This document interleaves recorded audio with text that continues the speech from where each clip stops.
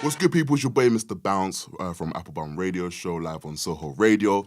Right now, we have got a resident voice on the show, but like more of a friend on the show. Do you know what I mean? We are joined here by the lovely Mahalia, man. Hello. What a whirlwind year we have had. It's been mad, man. It's been so crazy. Absolutely mad. So we spoke, just over a year ago, right? Yeah. And that's when it just all sort of just like snowballed, and then you're now to this big major international star. So before we go into anything like that, right? I just want to talk. What were you surprised about in terms of the response for the Colours performance? Because it was just after the our interview, the Colours thing dropped, and then now you're sitting on, I think, just over 17 million views now, right? So, like, were you surprised about the reaction? And yes, yeah, definitely. Well, I think after I did it, I was like, oh, this is quite good. I'm quite happy with this, basically. But the thing about those things is that, you get the ones that do really well, and then you get the ones that do well, but, like, they don't hit that same peak. And so I think when mine came out, the surprise was more how well it hit in America. Okay. Because in the States, so it actually, although it did, like, it did super well here, it blew up in the States. Wow. That's what was crazy. Because although I'd kind of reached to the States a little bit with my earlier music, this was the first time that, like, I had proper interaction from over the pond. Yeah. Did that one YouTube video, did that create like a lot of opportunities off the back of that? Yeah. There's a lot of interest and buzz. Yeah. I mean, even now, it's like, I mean, yeah, it's just this, it's just wild how that stuff happens. It's like I'm doing shows now, and then at the end of each show, we do the chorus of Sober, and everybody sings. And it's just like, mad. It's mad. We're going to talk about that in a minute, actually. Sick. But then straight after that, a few months later, then you announced that, you start touring with Jorja Smith. Yeah. How did that come about? So that, I think, I mean, me and Jorja, so I was always a fan of Jorja, and then Jorja posted a little clip of her singing along with my Colours. So there was this kind of mutual love and respect, I guess. And then I literally got asked, like, I got an email through from my manager saying, do you want to do this tour? And I was just like, yeah. And then I hopped on and we did it. And it was like, it was sick. It was like, I think it was like 2 weeks together, just touring the UK. It was sick, crazy, man. Yeah. It was so good. And like, Jorja's super humble and like she's super sweet.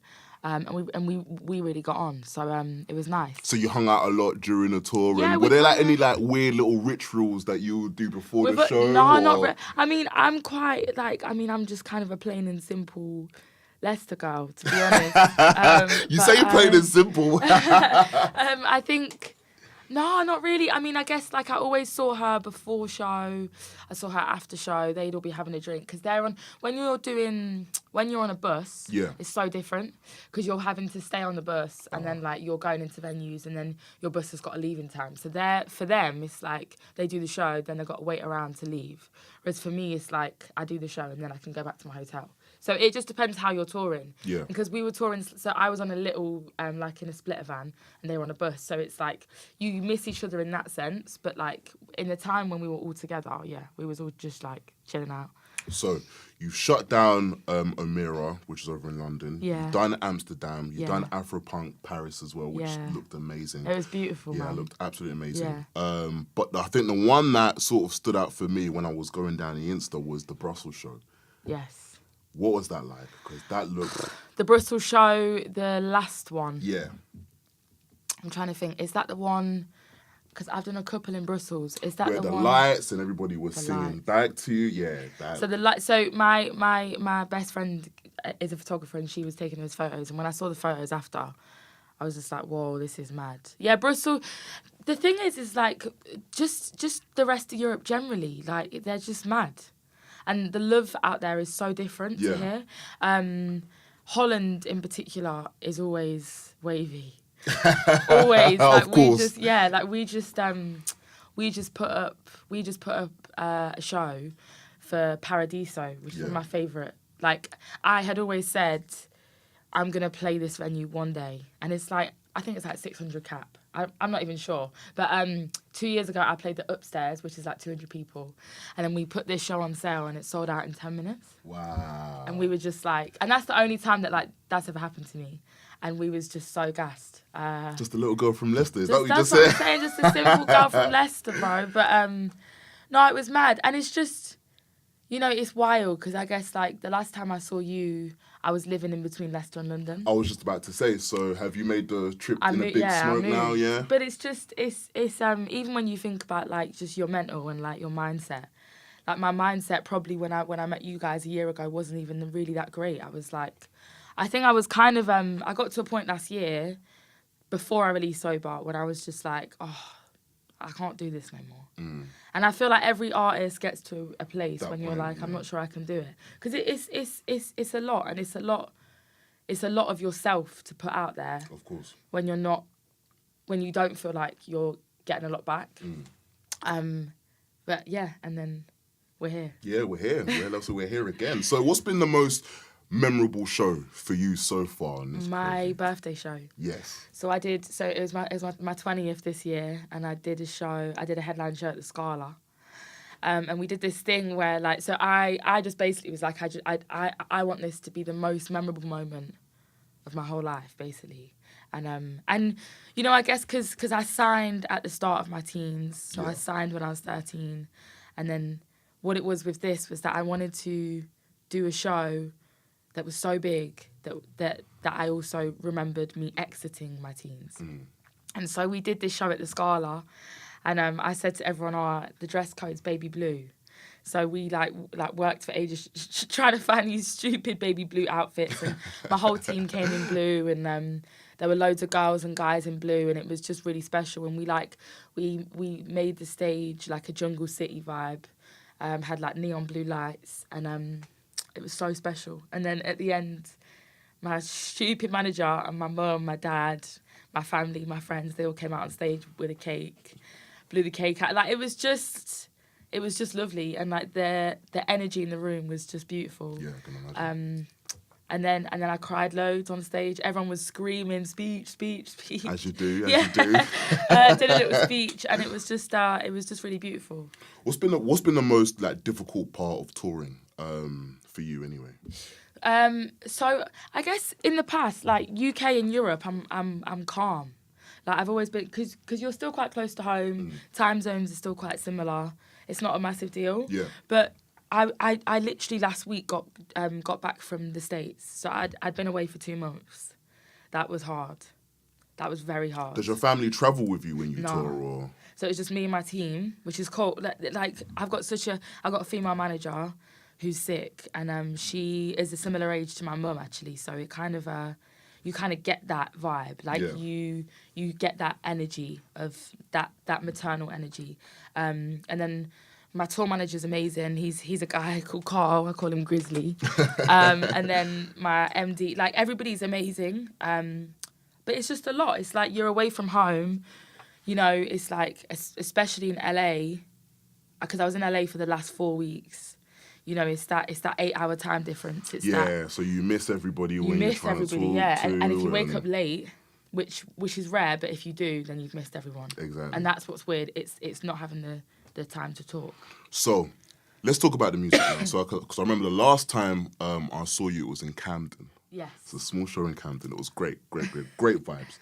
And I remember you mentioned on the show that you was in a relationship at that point, right? Oh, mad, yeah. Then, obviously, we've seen the tunes. I wish I missed my ex. No reply. Is that situation still happening, or has it been? It's so peak. Yeah, I mean, you know, I actually feel like, well, like that was the time when I was still a bit lost. I was still a bit confused. I feel like, you know, I definitely took a bullet when I released that song. Because obviously, like, you know, when you're in the spotlight, I know it's difficult to, like, you know, to manage, you know, being Mahalia and obviously the personal relationships. Yeah. How do you find that balance? Like, or can you find that balance, especially now? I feel like I'm really good at it now. Like, all my partners, like, I was about to say all my partners, I'm friends. all my friendships and relationships now, it's like you you need maturity for that, and emotional maturity. And at the point when I was doing that show and I was talking about that guy, you know, I was happy in my personal life, but I wasn't happy in my professional life. Got you. And so, I think when I broke up with him in the new year, and I put that song out, I took a lot of heat for it in my personal life, but because I was so happy in my professional life, like it was almost like everything had flipped. So before I was picking personal over professional, and now I'm just like my professional life is making me so happy and so fulfilling that anything personal is just a bonus, to be honest. I'm gonna talk briefly about I Wish I Mixed My Ex before we get into the EP, the video.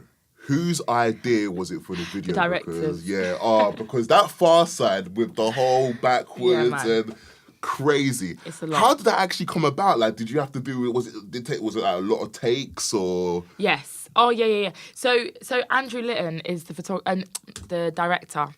He's based in LA. He came to me with this idea, and at first I was like, "This sounds amazing. Yeah, let's do it." And then like 2 days before, I was like, "I don't want to do this. This is long." Like when they sent me the song backwards, and the transcribed lyrics, I was like, "No, absolutely not." So you literally had to read the lyrics backwards. Yes.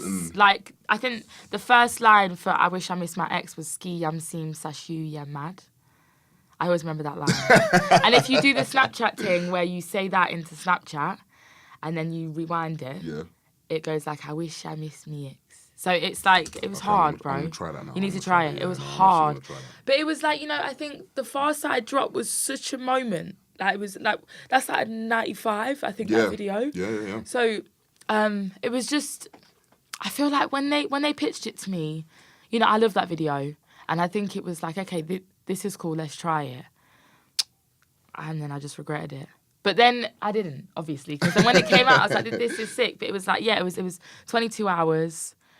We started at 2 a.m, we finished at midnight.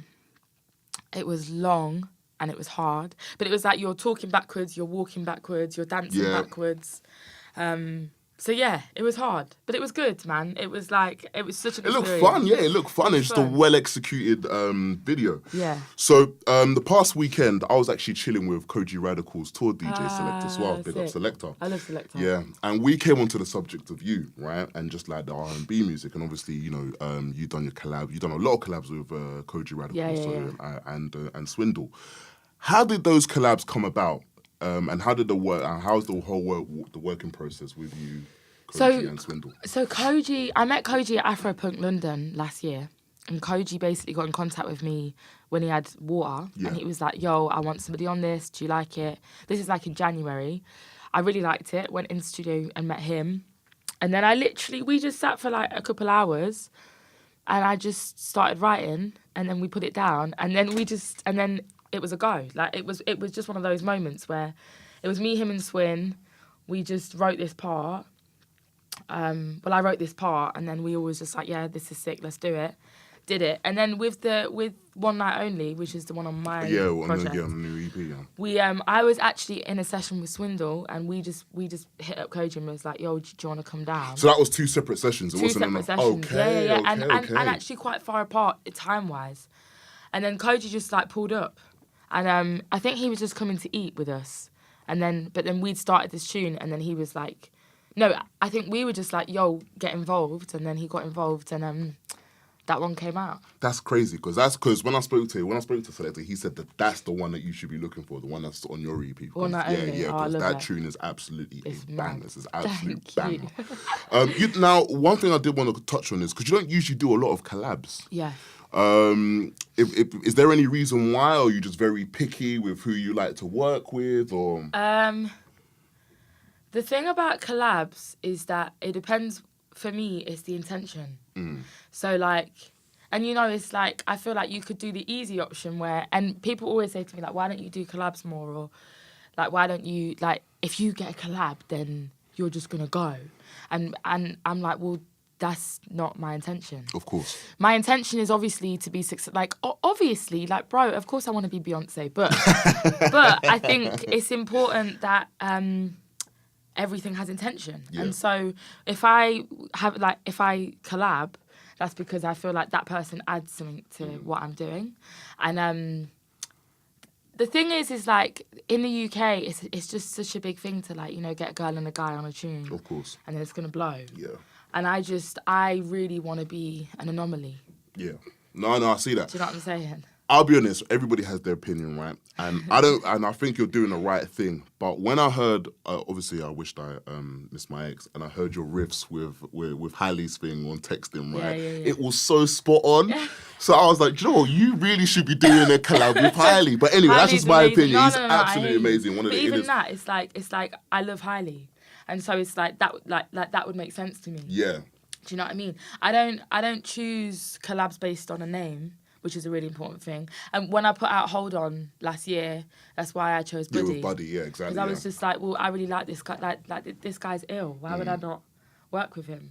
Is there any other like collabs you would like, or is there any other artists that you would like to work with, or you're liking their sound at the moment, or? I really wanna work with Ella Mai.